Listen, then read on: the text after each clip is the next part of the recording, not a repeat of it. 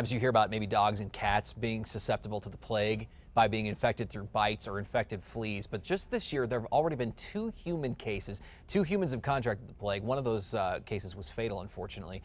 But here with more on this is Paul Smith with the Environmental Health Department. Glad to have you this morning. And this is an important topic because we've seen these cases kind of crop up in recent weeks. Certainly. Let's talk first about what is the plague? How is it contracted to? That's a great question. When we're talking about the plague, this is the same bacteria, the same disease that caused the Black Death of Europe in the mid-1300s.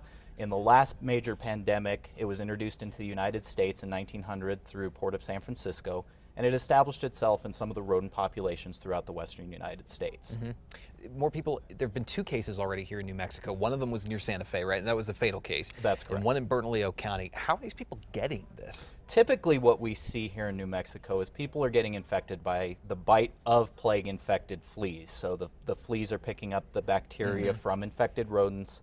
Those rodents die, and somehow people come in contact. Either their pets will bring them in after finding that rodent, bring those fleas into the home. The people are bit by those infected fleas. We've seen more. We saw some animal cases, right? How many? That's correct. So far we've had 7 cases of pets being infected in New Mexico, 3 cats and 4 dogs. Is that more or less, including the human cases, that we might see in a typical year? Usually we don't see this many human cases. We'll typically see 1 per season. The animal cases are about on par from what we typically see. All right, why do you think this year then there's maybe an increase in the human cases? What's bringing the rodents out more? Well, certainly we've had a very wet spring, we've had a wet summer, so there's a lot of vegetation, there's a lot of shelter out there to increase those rodent populations, so that's probably why we're seeing a little bit of an increase. Is this a nationwide problem too then? It can be. Plague itself is limited to the western United States, but if people travel in from other parts of the country, they can contract the bacteria here but not show symptoms until they go back home. So we can see it crop up anywhere throughout the nation. All right, what do parents at home need to know about, maybe to protect their family? What do they need to watch for as far as symptoms go? So as far as symptoms go, what you're going to see is a very sudden onset high fever coupled with headache, fever, and chills.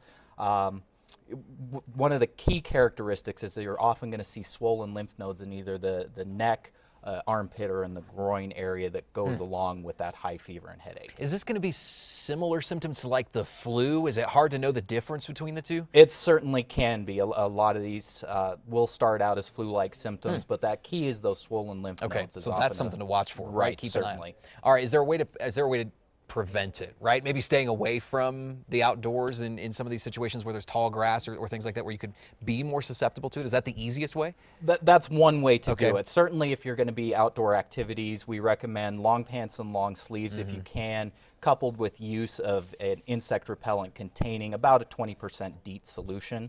One of the key ways people can prevent getting plague is making sure that their dogs and cats have year-round flea protection. Most of the exposures that we see in New Mexico are from pets that are out hunting or roaming. They find that dead rodent, they bring those infected fleas back into the home. And is there a particular problem area for sick or dead rodents?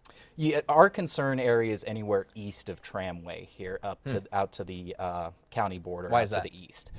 That's where we begin to see the pinon juniper habitat, and that's what's conducive to the rodent and flea combination that can transmit the plague. That's very interesting. Well, we appreciate you being here. Thanks so much. And again, we'll have more information too. We'll link through at krqa.com so that folks can be informed. Right? Excellent.